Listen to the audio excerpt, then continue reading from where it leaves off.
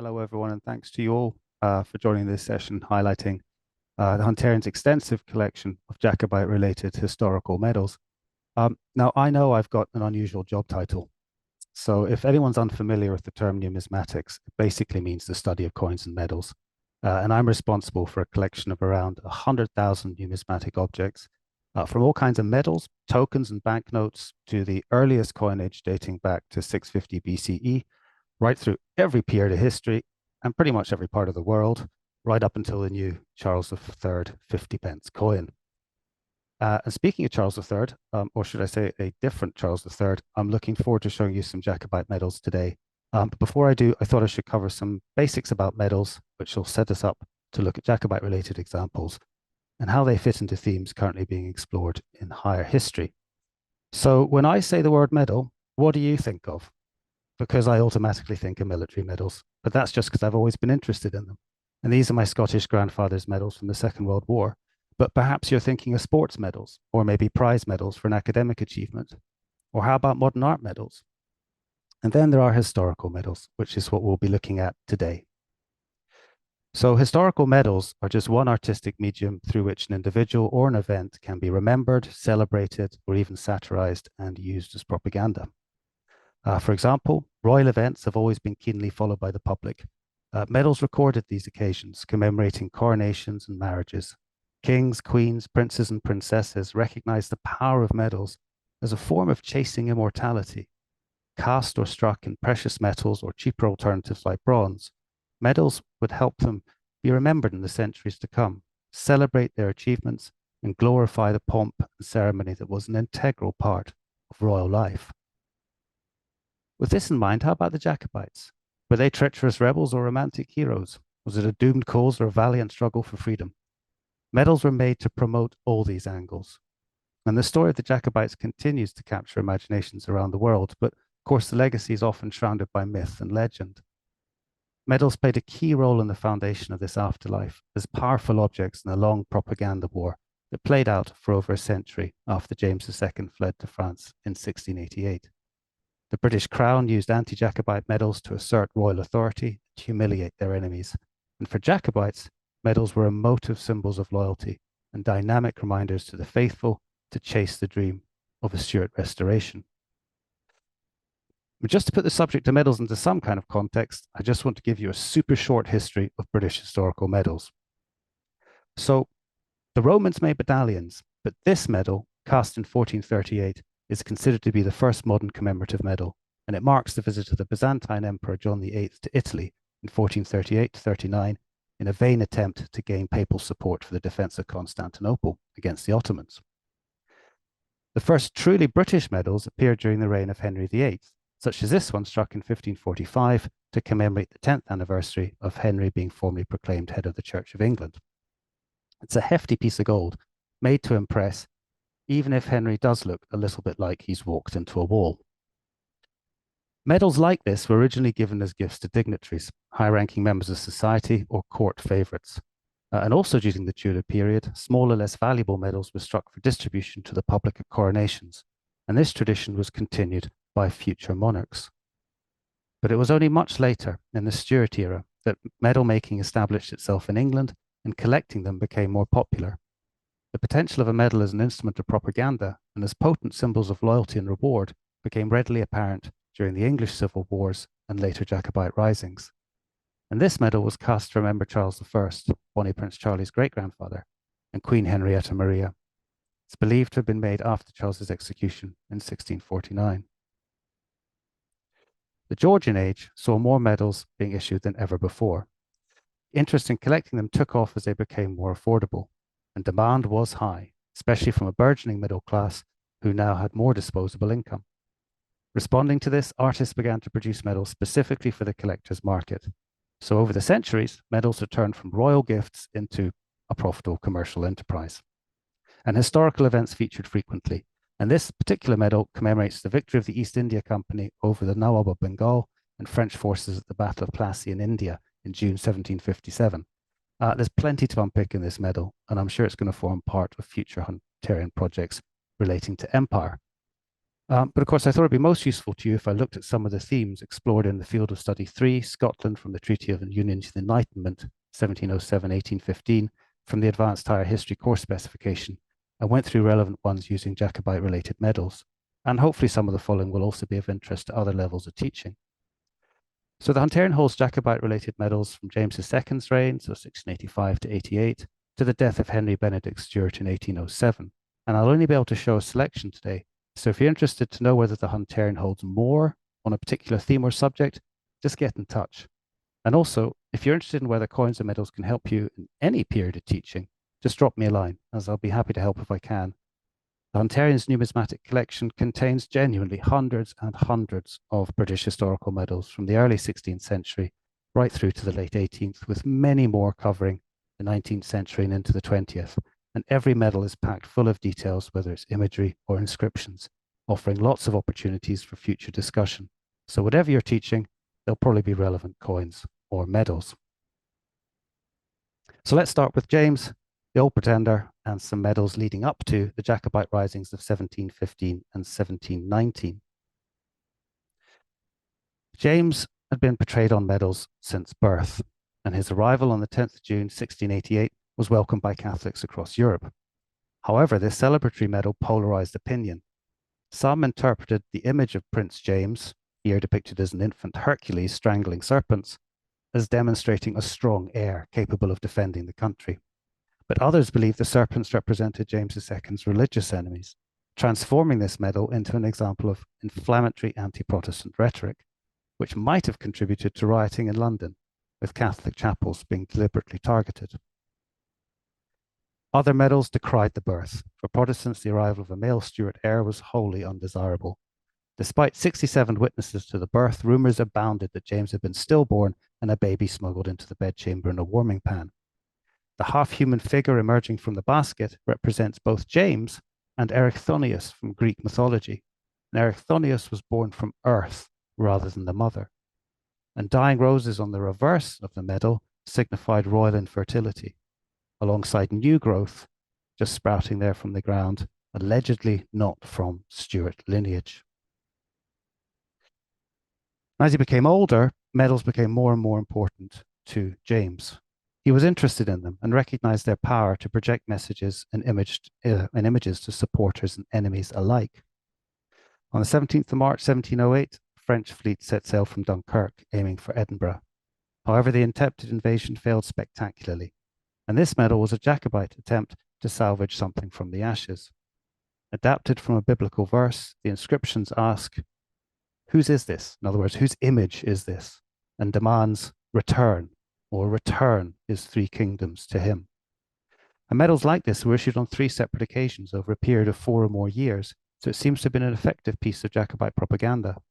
And the avoidance of regnal titles on this medal was deliberate and meant that it could appeal across Britain, in Scotland as James VIII and England as James III. And you've probably noticed by now that the inscriptions are in Latin and often abbreviated, and it's the same with coinage. This is partly because of tradition, partly because Latin was a language of the so-called educated classes, and importantly, it was a language that transcended national borders.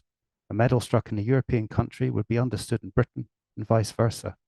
However, imagery was far more important than inscriptions. A successful medal was one whose message any audience could understand, even if they were illiterate. A similar larger medal, but this time with a regnal title, promoted the Jacobite cause after Britain and France negotiated a peaceful settlement in September 1711, ending hostilities between the 2 countries.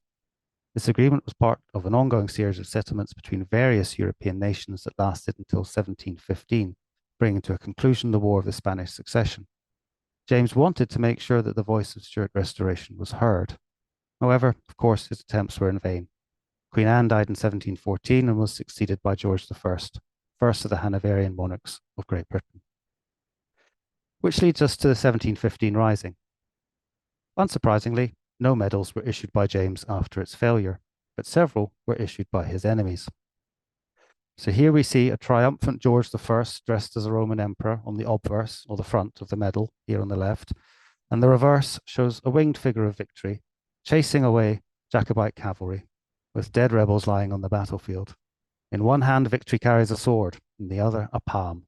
symbolizing war and peace. And the inscription declares George I to be the avenger of perjury. In other words, wreaking vengeance on those who refused to swear allegiance to the king and fought against him. The same engraver issued a similar medal commemorating the Battle of Preston, fought on the same day as Sheriff Muir. The reverse shows two Jacobite prisoners shackled to a column topped with the captured spoils of war. The inscription reads, "The faithfulness of the army."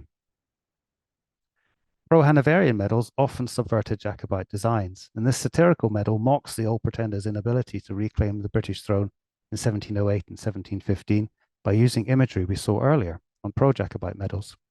The obverse depicts James surrounded by the legend, accomplishing nothing. And on the reverse, the inscription around Britain and Ireland reads, "Twice he came, he saw, he did not conquer, and he retired in tears."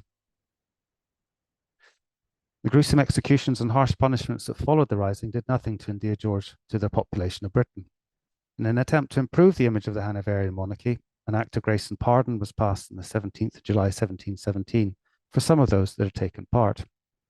And this medal was released as a form of propaganda, with the reverse design depicting the figure of clemency holding an olive branch, touching a serpent with a caduceus, the Roman god Mercury's symbol of healing. And the inscription states, "The clemency of the king." Despite the failure of the 15, James's spirit was undiminished. The scene was set for the next attempt at restoration 4 years later. But no pro-Jacobite medals were issued after the disaster of the 1719 Rising. And interestingly, no anti-Jacobite medals were commissioned either, not even to commemorate the Battle of Glenshiel. However, medals on more positive notes were ordered by the Old Pretender that year as distractions to muffle bad news, encourage supporters, and look to the future. And one of those positive medals related to James's impending marriage to Princess Maria Clementina Sobieska, granddaughter of the Polish king. George I was aghast at the prospect of potential Jacobite heirs and tried to halt the nuptials. And his ally, the Holy Roman Emperor Charles VI, detained the princess at a castle outside Innsbruck, Austria. However, a daring scheme was hatched. Clementina escaped in late April 1719 and made her way successfully to Rome. This was an absolute coup for Jacobite propagandists, so a medal was quickly produced. James married Clementina on the 3rd of September that year. Again, this was a perfect excuse for the release of commemorative medals to celebrate the king over the water and prospects for the Jacobite cause. The reverse shows Hercules taking the hand of Venus, with Cupid holding a caduceus in the background. In 1721, James took advantage of the unpopularity of George I and a financial crisis that had rocked Britain the previous year to issue a politically motivated medal. Formed in 1711, the South Sea Company held the monopoly in the trade of enslaved Africans to Spanish-held territories in the Americas. This was a lucrative industry and a major reason why investors purchased company stock. At the beginning of 1720, the stock price surged in value, but however, within months, the price collapsed, ruining investors across Britain. And in response, James issued this medal declaring that he was the only security, suggesting that only a Stuart restoration would ensure that such an event wouldn't happen again. And on the reverse is a Hanoverian horse trampling a British lion and unicorn, with Britannia looking on in horror, and a quite spectacular view of London in the background. And you could argue that this medal also offers an insight into the Old Pretender's attitude towards the transatlantic slave trade. His father, James II, had been instrumental in aggressively developing England's dominance, and had James regained the British throne, there's nothing to suggest it would be anything but business as usual, with Britain remaining at the forefront of the trafficking of hundreds of thousands of enslaved Africans, trapped as chattel in a racialized, brutal system of exploitation, in which they were treated as subhuman property and had no legal rights whatsoever. James, as the only security, would almost certainly have welcomed the enormous profits that flowed into the country's coffers every year. But let's move on from father to son.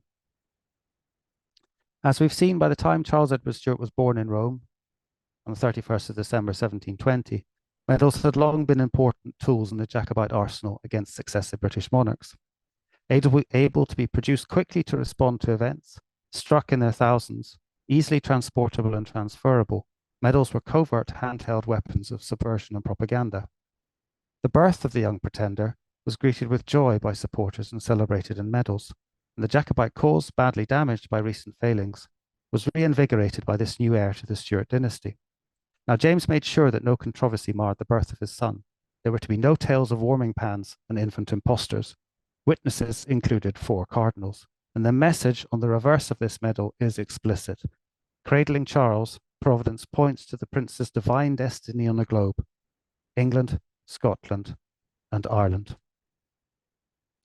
Charles's younger brother Henry, here on the reverse on the right, was born on the 6th of March 1725. But this medal was struck to celebrate Charles's 11th birthday, here depicted on the left with the star next to him, declaring that he shines in the midst of all, and Henry is labelled the next after him. With the succession of George II to the British throne in 1727, increasing emphasis was placed on promoting Charles and Henry as future hopes for a Jacobite restoration. Produced specifically to counter the previous medal, this pro-Hanoverian issue deliberately derides the old pretender's 2 sons. Not only does it display the 7 children of George II and Queen Caroline, you can't tell here, but the medal itself is physically much larger. The portraits lie below a legend proclaiming the happiness of the kingdom, and in the centre is William, Duke of Cumberland, whose fate would of course be forever entwined with Bonnie Prince Charlie. With portraits of Charles as a 17-year-old on the left and Henry, aged 12, on the right, this is the last Jacobite medal to depict the young pretender before the 45 Rising. In the same year that this medal was struck, Charles embarked on a grand tour of northern Italian cities. Despite supposedly travelling incognito, he was feted with full royal honours, including dinners, balls, and gifts. Now, Jacobite medals were incendiary objects, designed to provoke emotional responses amongst supporters and opponents alike. And like his father, Charles recognised their power and exploited core messages through his issues. And audiences engaging with these medals spilled over from followers to collectors. And despite being obviously treasonous, specimens were actively sought and eventually even struck in Britain, becoming affordable keepsakes to be admired in private or during social occasions. Let's look at some pro-Jacobite medals relating to the 45 Rising. There aren't many of them, but they are important. So pierced twice and designed to be sewn onto clothing, this worn uniface badge depicting Bonnie Prince Charlie echoes portrait medals of his great-grandfather Charles I, which were widely worn by officers in the Royalist Army during the English Civil Wars. The inscription appeals to the wearer's devotion. Behold me engraved for you, as you possess me engraved in brass. So I pray you truly engrave me in your heart. After marching into Edinburgh on the 17th of September 1745, Charles immediately set up court at the Palace of Holyrood House. Capturing the Scottish capital and subsequent victory at Preston Pans on the 21st of September were major Jacobite victories and bitter humiliations for George II. On the reverse of this rare, locally produced medal, a triumphant fane flies over Edinburgh, holding a crown. And now for the anti-Jacobite medals, of which there are a great many. British Army troops led by the Duke of Cumberland retook Carlisle on the 30th of December 1745 after a 9-day siege.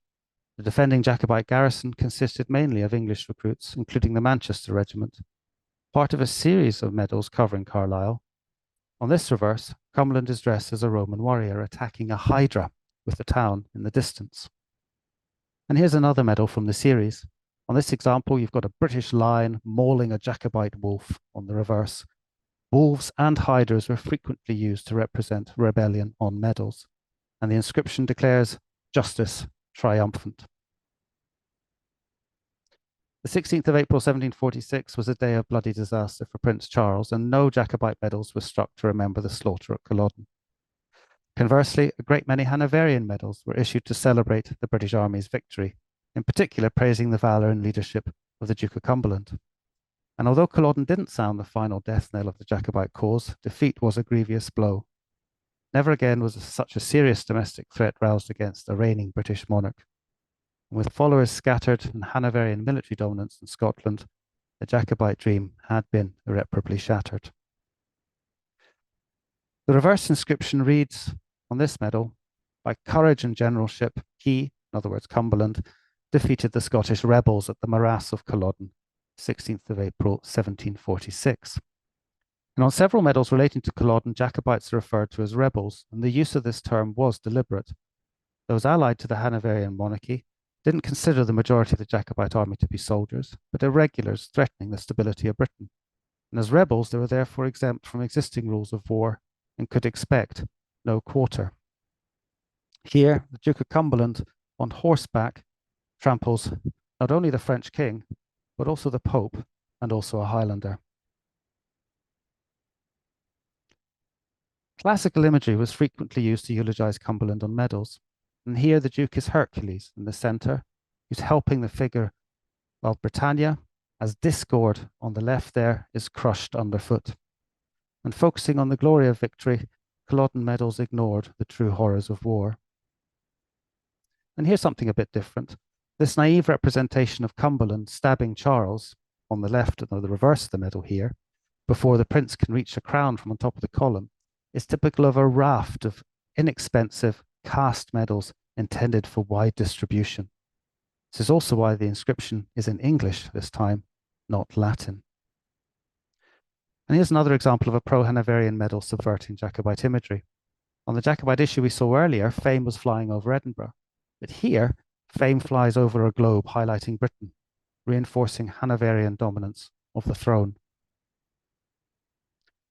The Cumberland Society was instituted in Inverness the day after the battle in honour of the Duke's victory, and Cumberland was widely feted immediately after Culloden. On the 27th of June 1746, the University of Glasgow awarded him an honorary degree in Doctor of Laws. Cumberland was also made a freeman of the Butchers' Company in London. The appointment inspired a notorious nickname that has endured to this day, Butcher Cumberland. Now, although Culloden was a terrible blow, the Jacobite cause was still alive. With this in mind, I think it's worth looking at some pro-Jacobite medals issued after the 45 to rally supporters. However, as the years went by and Stuart influence waned, so did the traditional power of their medals. Nonetheless, as tangible and enduring reminders of the cause, these items played an important role in the emergence of a romantic Jacobite myth. The title of this portrait encapsulates one of the core messages of all Jacobite medals, remembrance. Every issue was a reminder to supporters and enemies that the exiled Stuart court existed. Encapsulated in remembrance was hope, perhaps the strongest emotion of all for loyalists. The cause would die if forgotten or if all hope was lost. Tiny medals such as this were designed for mounting on rings or other forms of jewelry, to be worn secretively or openly, depending on the wearer's attitude. Although the inscription on the obverse here clearly states 1745, the medal was struck 3 years later. The dates meant as a reminder of what Charles was capable of. On the reverse, the figure of Britannia waits in anticipation for ships to arrive. Jacobite hopes of continued French support were quashed in 1748 with the signing of the Treaty of Aix-la-Chapelle, after which Louis XV was forced to bow to British demands to cease financial and military support to the Stuarts. Charles was expelled from French territory after the treaty. Nevertheless, the medallic propaganda war continued. Here, a Highlander, symbolizing liberty and nationalism, stands in defiance of the British ban of the wearing of Highland dress and carrying of weapons. This image and the Stuart rose made it clear that Charles was still fighting to bring about change, with inscriptions proclaiming, "Who can contend with me?" and "I will leave no stone unturned to obtain that." The Oak Society was a pro-Jacobite club in London. Monitored by the authorities, Jacobite societies were careful to avoid prosecution through the discretion of their members, and Charles is believed to have attended a meeting during his brief secret visit to the capital in September 1750. A symbol of the restoration of the Stuart monarchy in 1660, the oak also represented patriotism. So the reverse depicts a withered tree, James, the old pretender, with a healthy sapling, Charles, growing underneath its overhanging branches. And the inscription is, "It flourishes." In other words, the Jacobite cause flourishes. Rather than this issue being commemorative of Charles's visit, documentary evidence reveals that the medal was actually commissioned by the Society in late 1749. Charles's descent into alcoholism was a grim end to what had been a remarkable life. Just compare this portrait with previous medals. His marriage to Princess Louise of Stolberg in 1771 was a purely political affair. And after 8 unhappy years and no children, they separated. Louise died in Florence in 1824, aged 71. No portrait medal was struck to commemorate the death of the old pretender in 1766. and no portrait medal was commissioned to mark Charles's death in 1788 either. Instead, after Charles died, a medal was issued elevating his brother to Henry IX, King of Great Britain, France, and Ireland. And the Pope did not recognize this Jacobite title. The last of the pretenders, Henry died in 1807. So yes, Karen mentioned the current exhibition, Chasing the Jacobite Dream, which features many of the medals we've looked at today and a lot more. And it's on at the Hunterian Museum until January 2024. Ignore this poster and the dates on it because we have been given a couple of months more, which is fantastic. And entry is free, as it is the rest of the Hunterian Museum. And please do feel free to contact me if you want to arrange some kind of visit. I'd be happy to help. I also just wanted to highlight that alongside the Jacobite historical medals in the exhibition are modern art medals in the Jacobite theme created by students from City of Glasgow College. They offer a modern Scottish perspective on the themes explored in the exhibition, and they really are quite fantastic. There's 15 of them to look at. So it's almost it from me, but just to reiterate, again, if you're interested in using coins and medals or want to engage with Hunterian collections in any way for teaching, please just email me.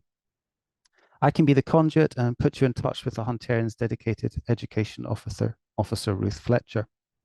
But before I take questions, I just wanted to quickly show you how to find medals on the Hunterian's collections search page. So if you just type in Hunterian search collections or University of Glasgow search collections into Google, you'll get to this page.